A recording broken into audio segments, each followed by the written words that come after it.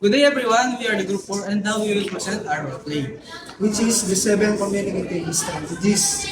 Watch. And learn. Let's go!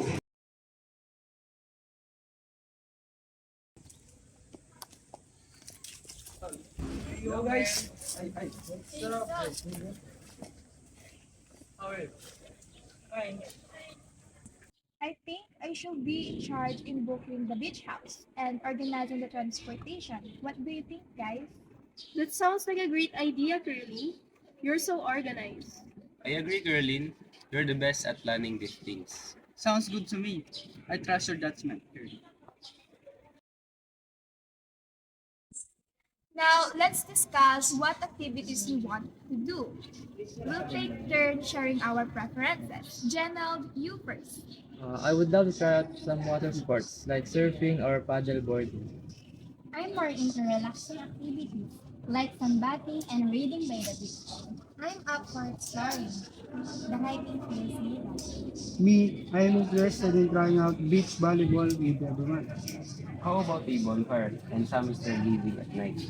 I love to go fishing if there's an opportunity. Rian, let's make sure we consider everyone's preferences. We can include adventurous activities, but let's also have options for those who prefer something more relaxing. You're right, Gerlin. We should make sure there's a balance. I agree. We should all be able to enjoy this trip. I've heard about this amazing seafood restaurant near the beach. We should definitely check it out. That sounds delicious. We should also explore the local cuisine and try some traditional dishes.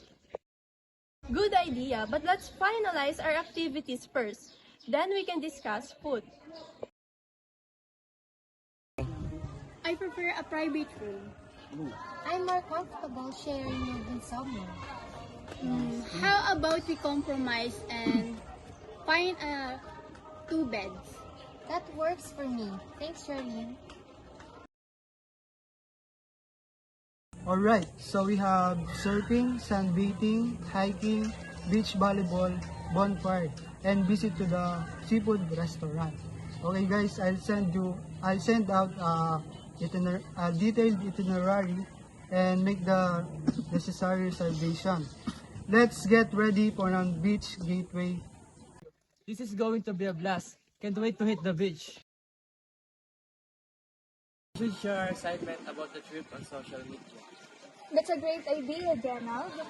Just remember, let's keep the location and exact dates private to maintain the elements of surprise and ensure our safety.